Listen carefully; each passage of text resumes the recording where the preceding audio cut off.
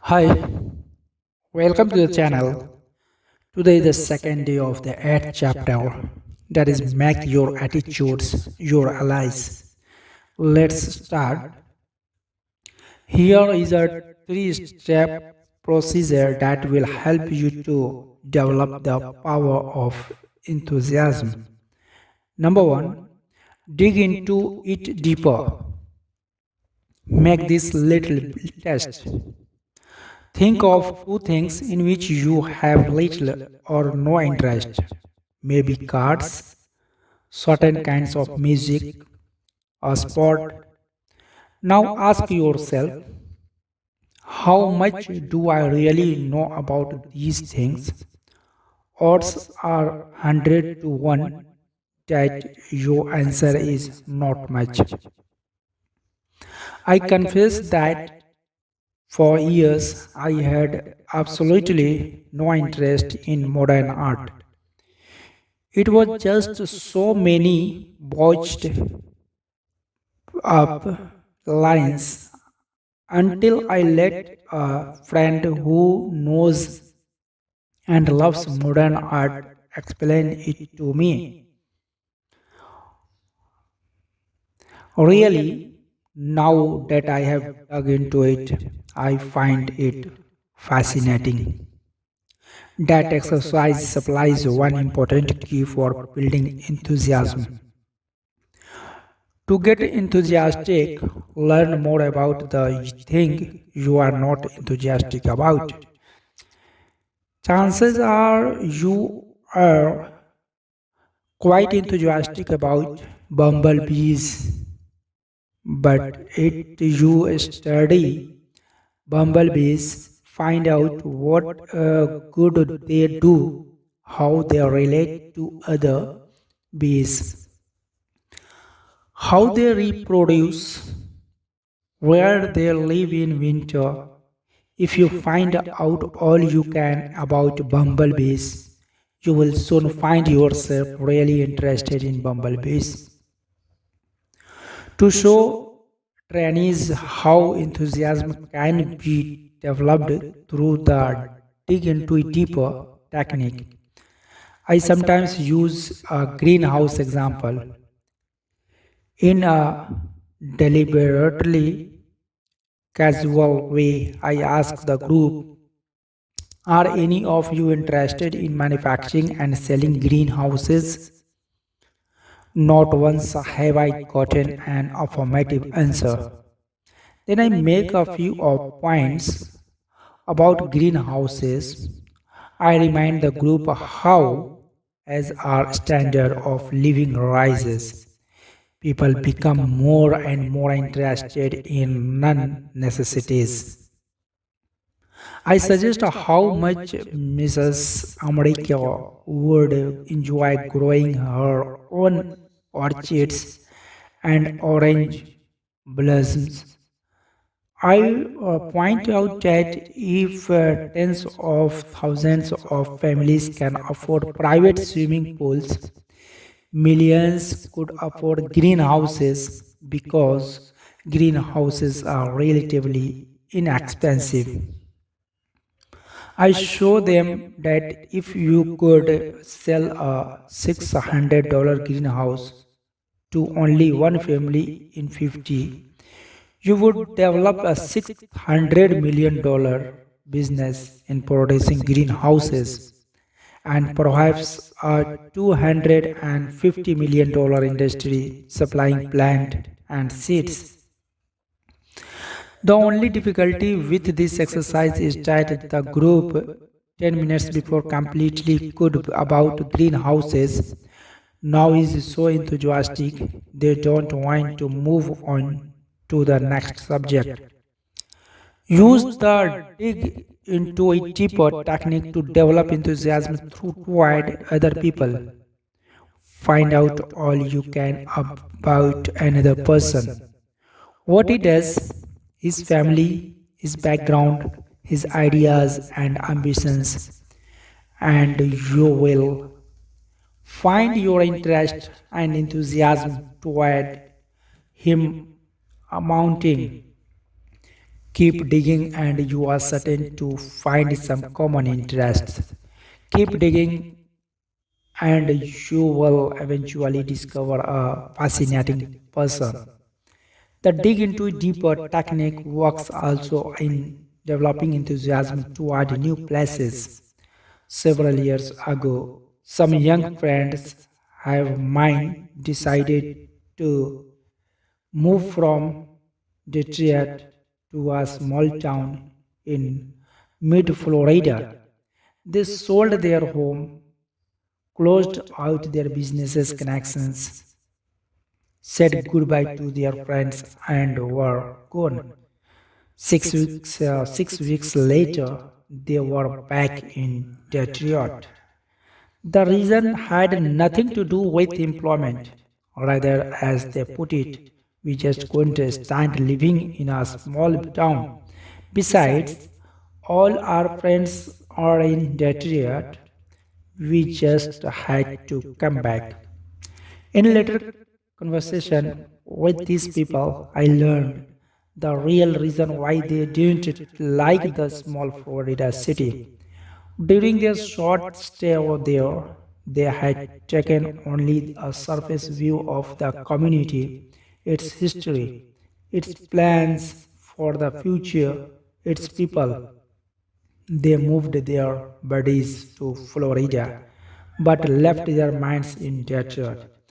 I have talked with dozens of executives, engineers, and salesmen who have developed career trouble because their companies want to move them to another location, but they don't want to go. I just can't see moving to Chicago or San Francisco or Atlanta or New York or Miami. It is a remark spoken many times a day. There's one way to build enthusiasm toward a new location. Simply resolve to dig into the new community, learn all you can about it, mix with the people, make yourself feel and think like a community citizen from the very first day. Do this, you will be enthusiastic about your new environment. Today, millions of Americans invest in corporate securities, but there are many millions more who have no interest at all in the stock market. That's because they are people who have no familiarized themselves with what the securities market is, how it operates, the day-to-day romance of American business. To get enthusiasm about anything, people, places, things, dig into it deeper. Dig into it deeper, and you will develop enthusiasm. Put this principle to work next time you must do something you don't want to do. Put this principle to work next time you find yourself becoming bored. Just dig in deeper, and you dig up interest. Number two, in everything you do, life it up. Enthusiasm or like of it shows through in everything you do and say. Life up your handshaking. When you shake hands, shake. Make your hand clasp. Say, I am glad to know you. I am glad to see you again.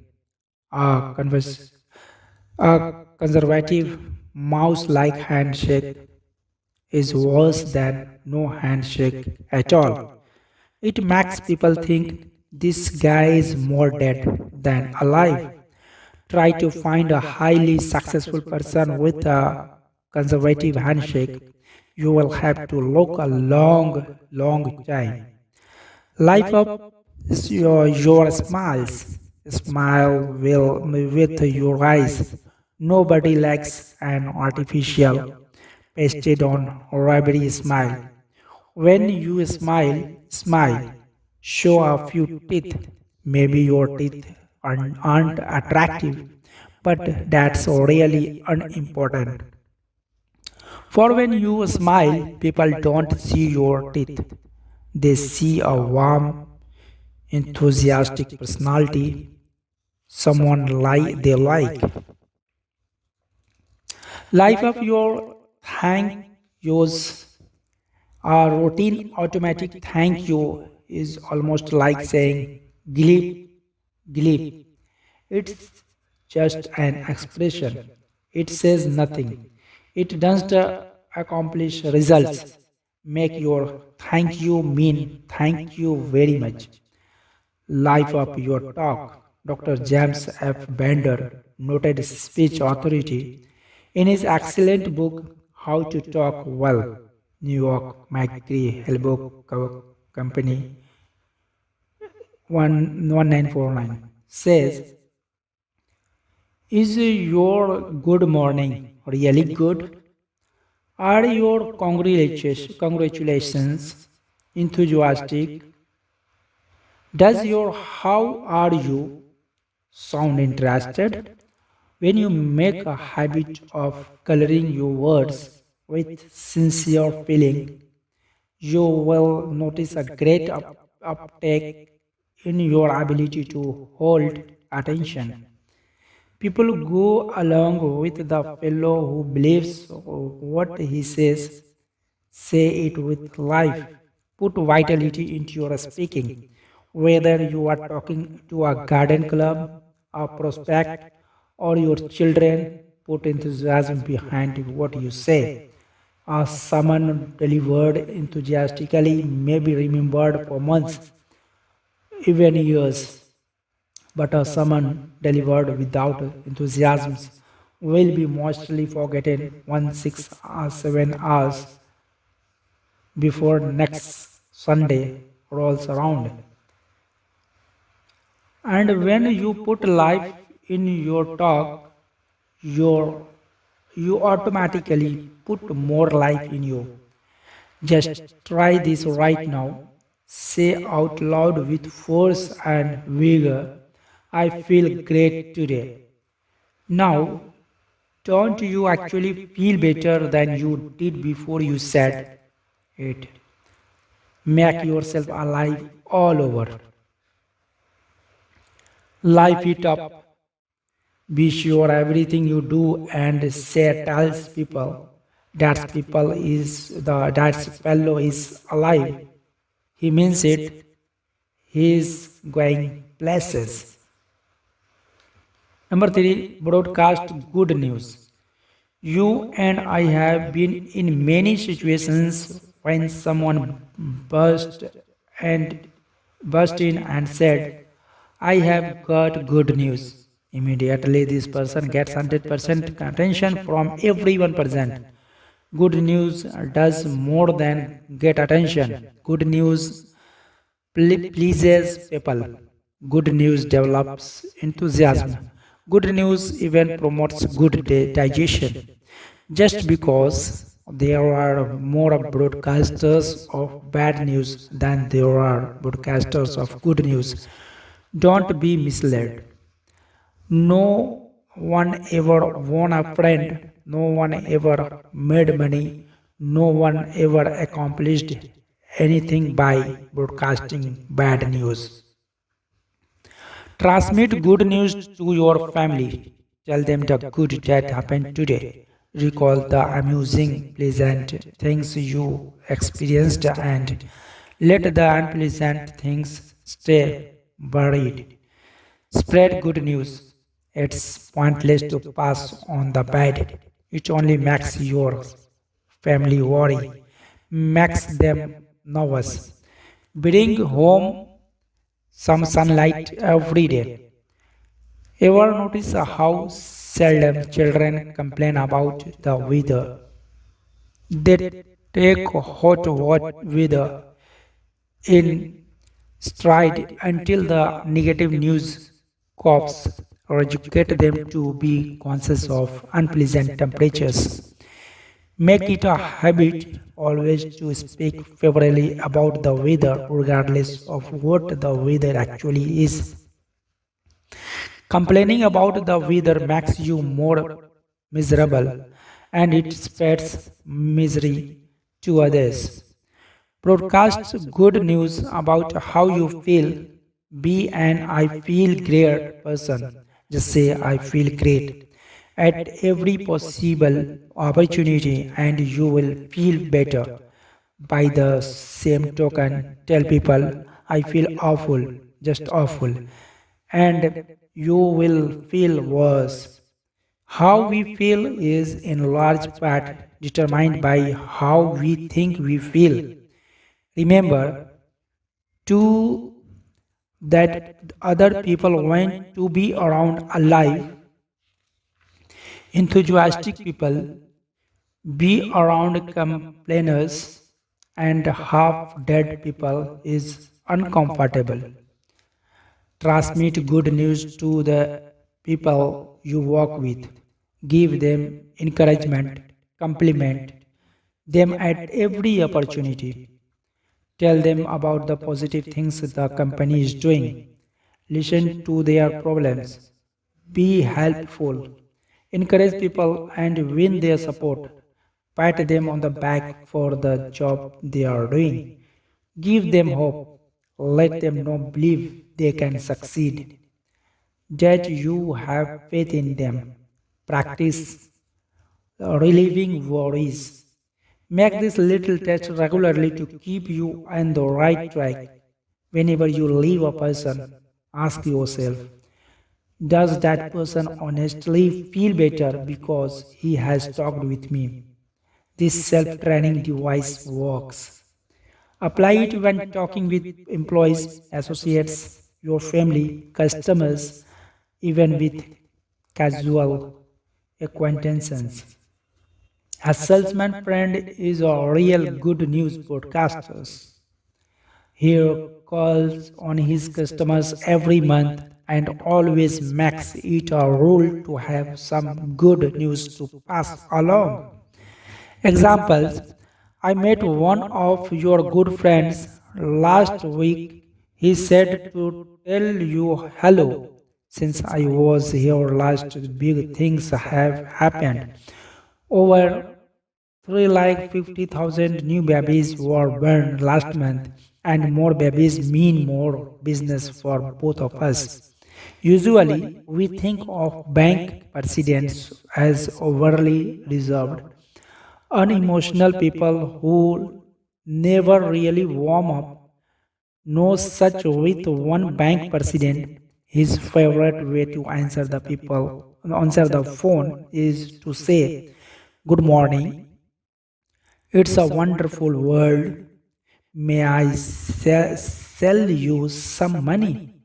Improper for a banker, some might say so. But let me point out that the banker who uses this greeting is Mills Lane, junior president of the Citizens and Southern's Bank, largest in the entire Southeast. Good news gets good result. Broadcast it. The president of a brush manufacturing company I visited recently had this maxim neatly formed on his desk, facing the visitor's chair: "Give me a good work or none at all." I complimented him, saying that I thought that maxim was a clever way to encourage people to be optimistic. He smiled and said, "It is an effective reminder, but from where I sit, this is even more important." He turned the frame around so I could see it from his side of the desk. It said, "Give them a good word or none at all." Broadcasting good news activates you, makes you feel better. Broadcasting good news makes other people feel better too. We will see next in the next session.